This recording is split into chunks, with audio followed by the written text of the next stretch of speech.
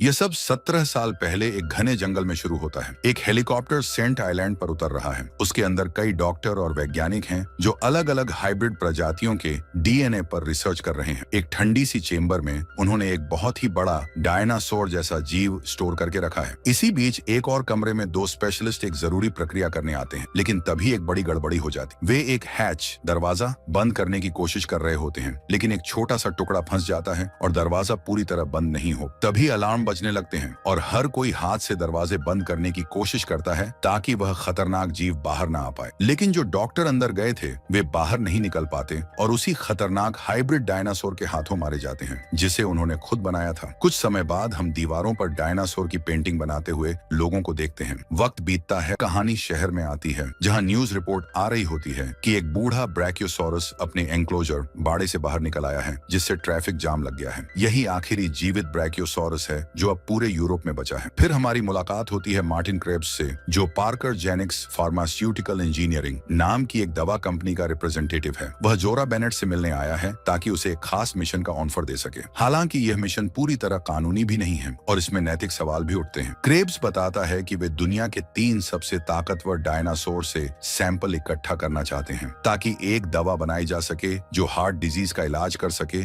और लाखों जानें बचा सके। लेकिन ये डायनासोर ऐसे आइलैंड्स पर रहते हैं जहां जाना पूरी दुनिया की सरकारों ने बैन कर रखा है। क्रेब्स साफ कहता है कि वे एक सिविलियन की मदद से ये मिशन अंजाम देंगे। पहले तो जोरा मना कर देती है, लेकिन फिर रुक कर पूछती है पैसा कितना मिलेगा। क्रेब्स जवाब देता है $10 मिलियन, यानी करोड़ों का ऑफर। इतना पैसा जोरा को अपने भविष्य को सुरक्षित करने के लिए चाहिए ही था। अंत में वो मान जाती है। इसके बाद वे दोनों एक शांत जगह जाकर बात करते हैं, एक म्यूजियम में जो डायनासोर के युग को समर्पित है। वहाँ क्रेब्स जोरा को डॉ हेनरी लूमिस से मिलवाता है और बताता है कि जोरा इस मिशन की स्पेशलिस्ट है। क्रेब्स समझाता है कि उन्हें जिंदा डायनासोर पकड़ने हैं ताकि उनके दिलों से जुड़ी रिसर्च हो सके और दवा बनाई जा सके, क्योंकि जितना बड़ा दिल होगा वो जीव उतना ज्यादा जिएगा और यही उनके रिसर्च के लिए जरूरी है। उनके टारगेट हैं 3 जानवर। मोसासॉरस समुद्र में रहता है, टाइटेनोसॉर जो धरती पर चलता है और क्वेटज़लकोएटलस जो आसमान में उड़ता है। इनमें से हर एक 100 साल से ज्यादा जी सकता है। क्रेब्स और जोरा दोनों डॉ लूमिस को मनाते हैं कि वो इस मिशन में शामिल हो जाएं, क्योंकि इससे बहुत सी जिंदगियां बचाई जा सकती हैं। लेकिन डॉ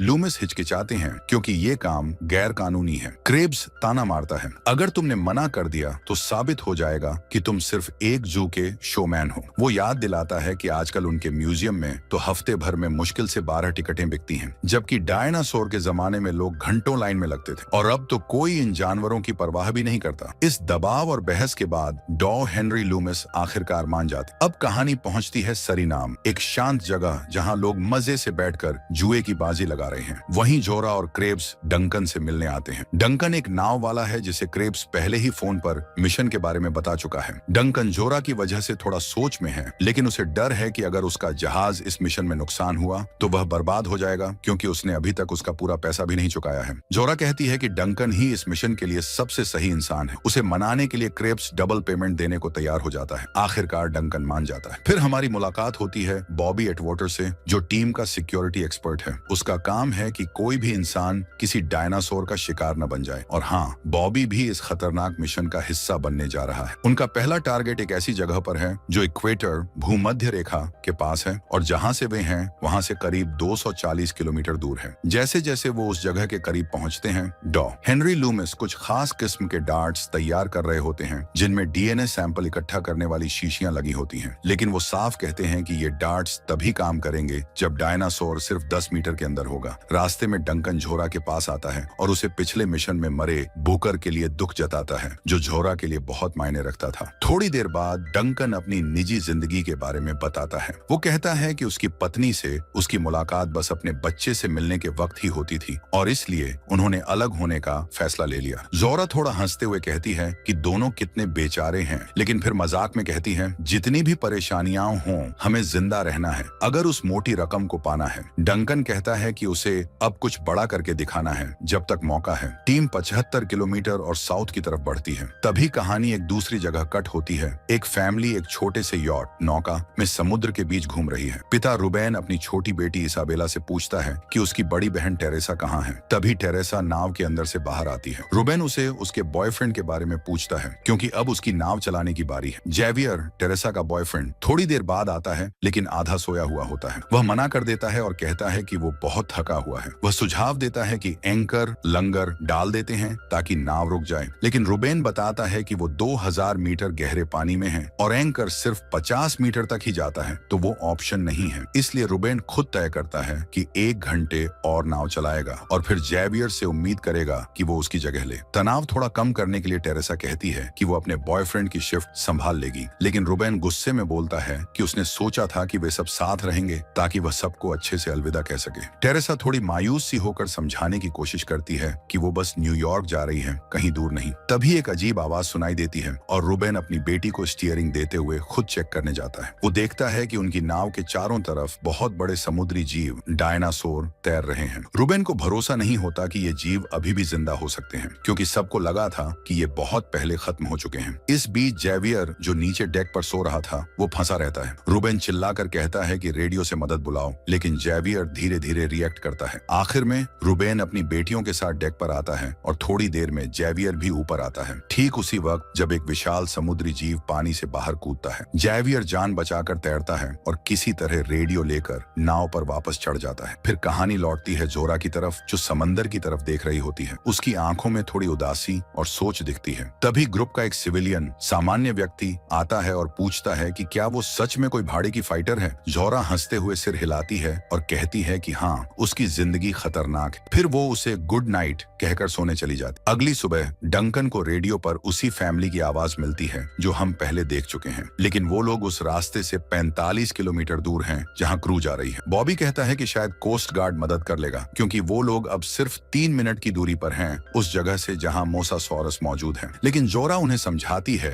कि उस फैमिली की मदद करना जरूरी है, चाहे इसके लिए उन्हें अपने मिशन से थोड़ा हटना ही क्यों ना पड़े। उधर फैमिली अब काफी थक चुकी है, लेकिन तभी जोरा की नाव दिखती है और वे जल्दी से सब कुछ बताने लगते हैं कि उन पर किस तरह के जीवों ने हमला किया। लेकिन तभी क्रेब्स उन्हें बीच में रोक देता है और कहता है कि उन्हें मिशन पर आगे बढ़ना है। जब वे युवा लोग पूछते हैं कि किस मिशन की बात हो रही है, तो वो लोग बात घुमा देते हैं। तभी उन्हें पता चलता है कि मोसासॉरस यहीं कहीं है। उसी वक्त उसने उन्हें ढूंढ लिया है। अब टीम तय करती है कि वो इस समुद्री डायनासोर के पीछे जाएगी और फैमिली को वादा करती है कि सब कुछ खत्म होने के बाद वे सुरक्षित हो जाएंगे। लेकिन जब वे मोसासॉरस का पीछा करते हैं तो पाते हैं कि वह बहुत तेज है। जोरा को इंतजार करना पड़ता है कि वो जीप बस 10 मीटर के पास आए, तभी वह डार्ट मार सके। धीरे धीरे दूरी कम होती है। जोरा एक बार डार्ट फेंकती है, लेकिन वह चूक जाती है क्योंकि वो जानवर बार बार पानी से ऊपर नीचे हो रहा होता है। आखिरकार जोरा सही निशाना लगा देती, ट्यूब में खून भरता है और वे उस खतरनाक समुद्री जानवर का डीएनए सैंपल लेने में कामयाब हो जाते। सब लोग जोरा को उसकी शानदार निशानेबाजी के लिए बधाई देते हैं और डॉक्टर को भी, जिसने वह खास हथियार डिजाइन किया था। बाद में जब जोरा अकेली होती है, डॉक्टर उससे बात करता है और बताता है कि जो दवा वो इस डायनासोर के डीएनए से बनाना चाहते हैं वो सिर्फ कुछ अमीर लोगों के लिए ही उपलब्ध होगी, आम लोगों के लिए यह बहुत महंगी होगी। तभी वही खतरनाक डायनासोर दोबारा आ जाते हैं जिन्होंने पहले उस फैमिली पर हमला किया था। ये शिकार करने आए हैं मोसासॉरस को पकड़ने के लिए। उसी वक्त बॉबी बाहर निकलकर गोलीबारी करने लगता है, लेकिन उसकी गोलियां इन खतरनाक जीवों पर असर नहीं करती और वो खुद शिकार बन जाता है। इसके ठीक बाद मोसासॉरस फिर से पानी से बाहर आता है और उन पर हमला करता है, जिससे सबको मजबूरी में नाव को पास के चट्टानों की तरफ ले जाना पड़ता है। इधर रुबेन टेरेसा से कहता है कि वो रेडियो पर मदद के लिए कॉल करे। डंकन नाव को पास के आइलैंड्स की ओर ले जाने लगता है, क्योंकि उसे लगता है कि मोसासॉरस उथले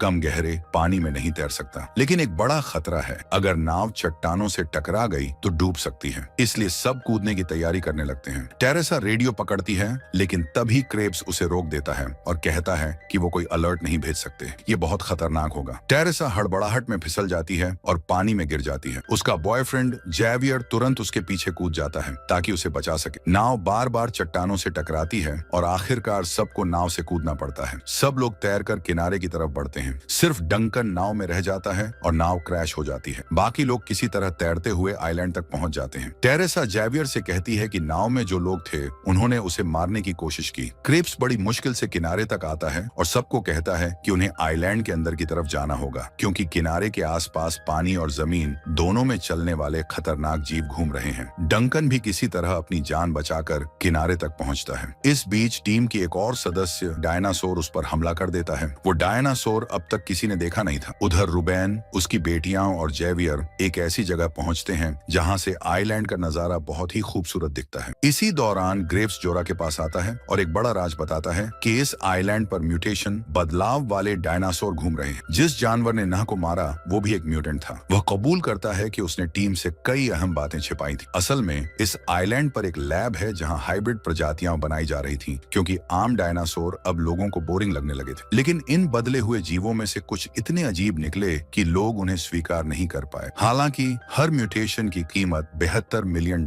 है, इसलिए इन्हें यूं ही खत्म नहीं किया जा सकता। तभी जोरा बताती है कि उसने एक एक्सट्रैक्शन टीम, एक्सफिल टीम को हायर किया है जो उन्हें बचाने के लिए भेजी जाएगी। अगर 24 घंटे के अंदर उनका कोई मैसेज नहीं गया तो ये टीम दूसरे दिन सूर्यास्त के वक्त ऊपर से फ्लाई करेगी, लेकिन वे सिर्फ 2 मिनट तक ही एरिया को स्कैन कर पाएंगे। लैंड करना बहुत जोखिम भरा होगा। अब उनकी असली चुनौती सिर्फ एक ही है, किसी भी तरह जिंदा रहना जब तक वो हेलीकॉप्टर उन्हें लेने नहीं आता। भले ही उनके पास अभी भी डीएनए सैंपल इकट्ठा करने का काम बचा है। उधर फैमिली अब भी कोई रास्ता ढूंढने की कोशिश कर रही है। रेडियो ढूंढें, मदद मांगे और क्रेप्स के खिलाफ रिपोर्ट करें जिसने टेरेसा को मारने की कोशिश की थी। बाकी बचे टीम मेंबर्स भी बात करते हैं कि टी-रेक्स जैसे डायनासोर अब वैली घाटी के सेंटर में मंडरा रहे हैं, इसीलिए अब हर कदम बहुत सोच समझकर चलना होगा। बाद में जोरा क्रेप्स का सामना करती है और पूछती है कि टेरेसा के साथ क्या हुआ। वह कहती है कि टेरेसा ऐसे ही नहीं गिरी, कुछ गड़बड़ जरूर हुई है। लेकिन क्रेप्स बार बार यही कहता है कि वह खुद गिर गई थी, कुछ गलत नहीं हुआ। जोरा उसकी बातों पर भरोसा नहीं करती और उसे साफ चेतावनी देती है, अगर मुझे सच में पता चला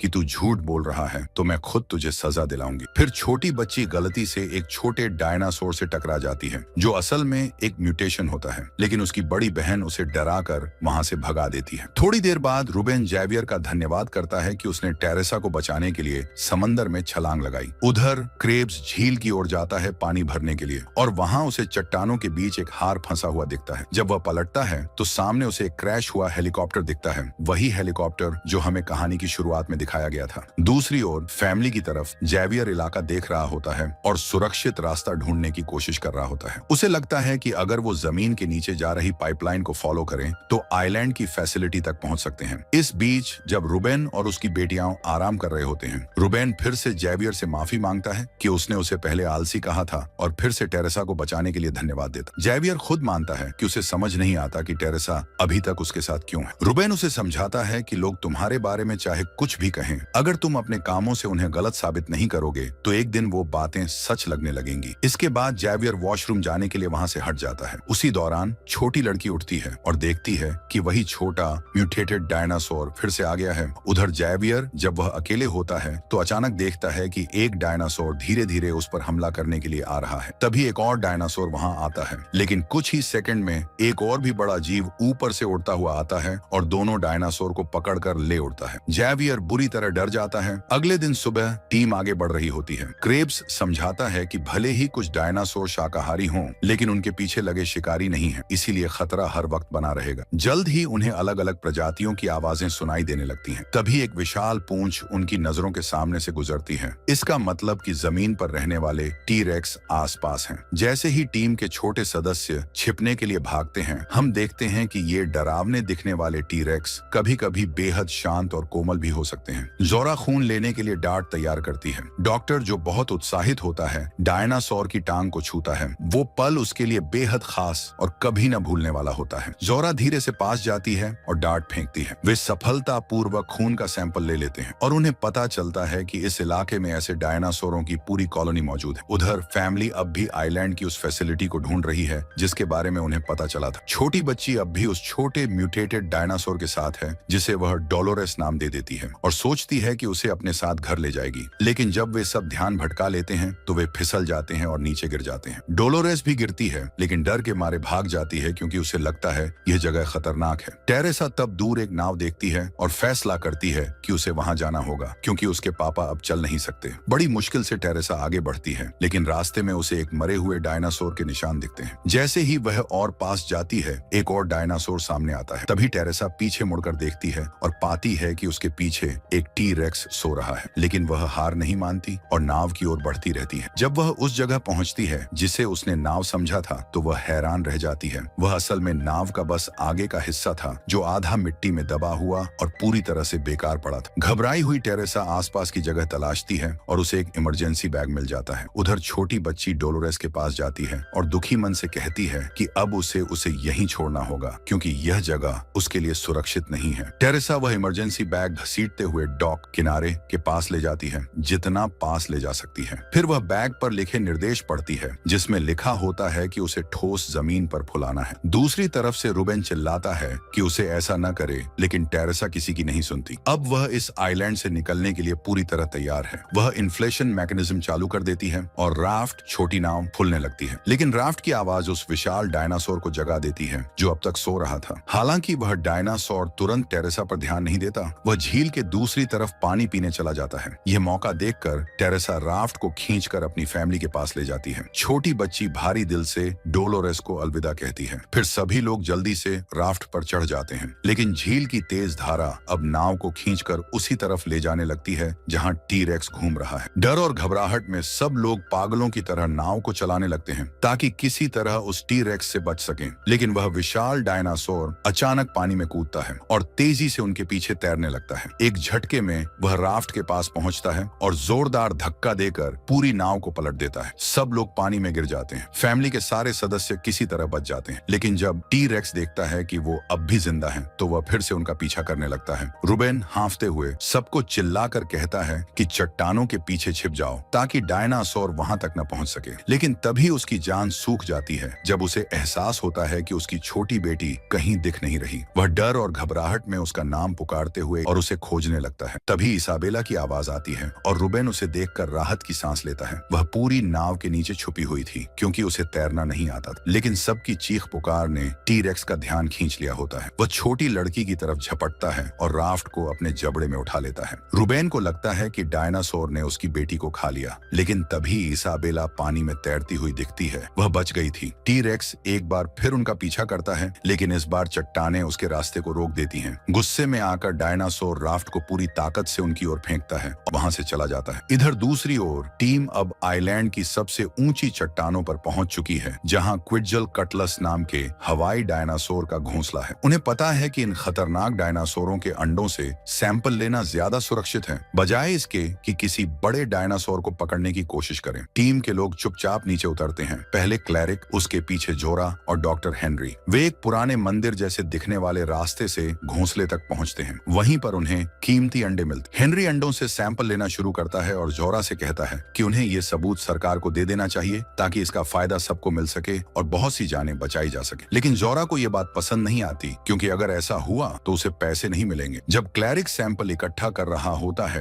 तभी एक डायनासोर जो अपने घोंसले में वापस आ रहा होता है उसे देख लेता है। डायनासोर तुरंत हमला कर देता है। क्लैरिक की मदद के लिए बाकी साथी दौड़ते हैं, लेकिन डायनासोर लगातार उसका पीछा करता रहता है। हमले की वजह से जो अफरा तफरी मचती है, उसी का फायदा उठाकर टीम सैंपल हासिल कर लेती है। लेकिन जब क्लैरिक को बचाने की कोशिश की जा रही होती है, सैंपल हाथ से गिर जाता है और हेनरी अपना संतुलन खो बैठता है और चट्टान से नीचे गिरने लगता है। जोरा समय रहते उसे पकड़ लेती है। फिर टीम किसी तरह सैंपल दोबारा हासिल करती है। हेनरी ऊंचाई से गिर जरूर जाता है, लेकिन सौभाग्य से वह पानी में गिरता है, जिससे उसकी जान बच जाती है। जोरा जल्दी से नीचे उतरकर उसकी मदद करती है और थोड़ी देर बाद पूरी टीम उसके पास इकट्ठा हो जाती है। सब खुश होते हैं कि दोनों ठीक हैं। इस तरह उनका मिशन लगभग पूरा हो जाता है। अब बस उन्हें घर वापस जाना है। उधर फैमिली अब शांति से राफ्ट में बैठकर आगे बढ़ रही होती है और वे पुरानी लैब फैसिलिटी की तरफ बढ़ते हैं। दूर से डंकन उन्हें देखता है और हेलीपैड की लोकेशन पहचान लेता है, जो एक बड़े बांध के बीचों बीच है। लेकिन फैमिली उसे कहीं नजर नहीं आती। जोरा को जमीन पर ताजे पैरों के निशान दिखते हैं और वह जोर जोर से चिल्लाने लगती है। उसे यकीन है कि बच्चे आसपास ही हैं। आखिरकार टीम फिर से फैमिली से मिल जाती है, लेकिन टेरेसा बहुत गुस्से में होती है, खासकर क्रेब्स पर। तभी सबके बीच तनाव और बहस के बीच क्रेब्स गन निकाल लेता है और सबको धमकाकर कहता है कि वे सब वहीं रुकें और चुपचाप हेलीकॉप्टर का इंतजार करें। उसी वक्त छोटी बच्ची को कुछ अजीब सी आवाजें सुनाई देती हैं और वह सबको चुप रहने के लिए कहती है। ये आवाजें एक जनरेटर से आ रही होती हैं जो टाइमर से जुड़ा होता है। कुछ सेकंड बाद जनरेटर चालू हो जाता है।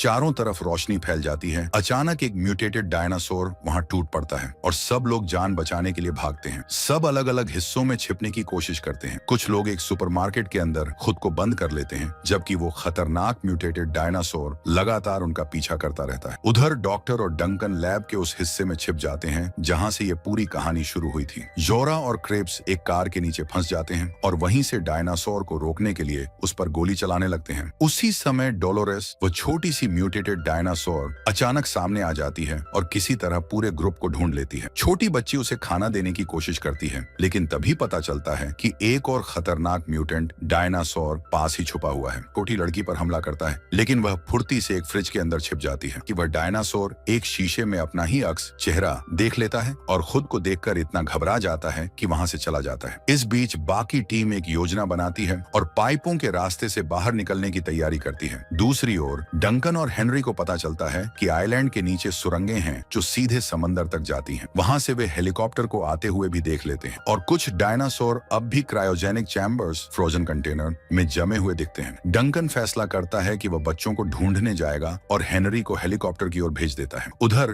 क्रेब्स जिसके पास सैंपल होते हैं और वह जोरा को छोड़कर भाग जाता है, लेकिन जोरा इतनी जल्दी हार मानने वाली नहीं होती और उसके पीछे भागती है। वो देखती है कि एक डायनासोर पाइप्स में घुस चुका है और बच्चों का पीछा कर रहा है। जोरा भी कूद जाती है बच्चों की मदद के लिए। हेलीकॉप्टर के पायलटों को जब कोई साफ सिग्नल नहीं दिखता तो वे वापस जाने की तैयारी करने लगते हैं। तभी हेनरी समय पर एक फ्लेयर फेंकता है और पायलटों का ध्यान खींचता है। हेलीकॉप्टर वापस आता है, लेकिन तभी एक विशाल म्यूटेंट डायनासोर वहां पहुंचता है और पूरे हेलीकॉप्टर को नोच नोच कर तबाह कर देता है। हेनरी ये देखकर डर जाता है और भागकर डंकन को चेतावनी देने जाता है। थोड़ी देर बाद सभी लोग फिर से एक साथ इकट्ठा हो जाते हैं, बस क्रेब्स को छोड़कर। हेनरी बताता है कि हेलीकॉप्टर बर्बाद हो चुका है और अब उनका इकलौता रास्ता एक सुरंग है जो सीधे समंदर तक जाती है, जहां एक बोट उनका इंतजार कर रही है। इधर क्रेब्स गाड़ी चलाता हुआ तेजी से डॉक की तरफ भाग रहा होता है। जो भी म्यूटेंट डायनासोर रास्ते में आते हैं उन्हें कुचलता जाता है। उधर बच्चे पाइप्स के अंदर उस डायनासोर से सामना करते हैं जो अंदर घुस आया था, लेकिन वे मिलकर उसे मार गिराते। उन्हें पता होता है कि अगर क्रेब्स उनसे पहले बोट तक पहुंच गया तो वह उन्हें छोड़कर भाग जाएगा, इसलिए वे तेजी से आगे बढ़ते हैं और आखिरकार उस दरवाजे तक पहुंचते हैं जो बाहर जाने का रास्ता रोक रहा होता है। लेकिन वो दरवाजा एक कंट्रोल पैनल से बंद होता है। चूंकि सिर्फ छोटी बच्ची ही इतनी छोटी होती है कि संकरी जगह से अंदर जा सके, वह अंदर जाने का फैसला करती है, लेकिन उसी जगह वो विशाल डायनासोर मौजूद होता है जिसने हेलीकॉप्टर को नष्ट किया था। बहादुरी से छोटी बच्ची दरवाजा खोल देती है और सबको बाहर निकलने देती है। उसी समय क्रेब्स अपनी गाड़ी लेकर वहां पहुंचता है और उस विशाल डायनासोर का ध्यान अपनी ओर खींच लेता है। डायनासोर उसकी गाड़ी को जोर से पटकता है, लेकिन किसी तरह क्रेब्स गाड़ी से बाहर निकलने में कामयाब हो जाता है। लेकिन तभी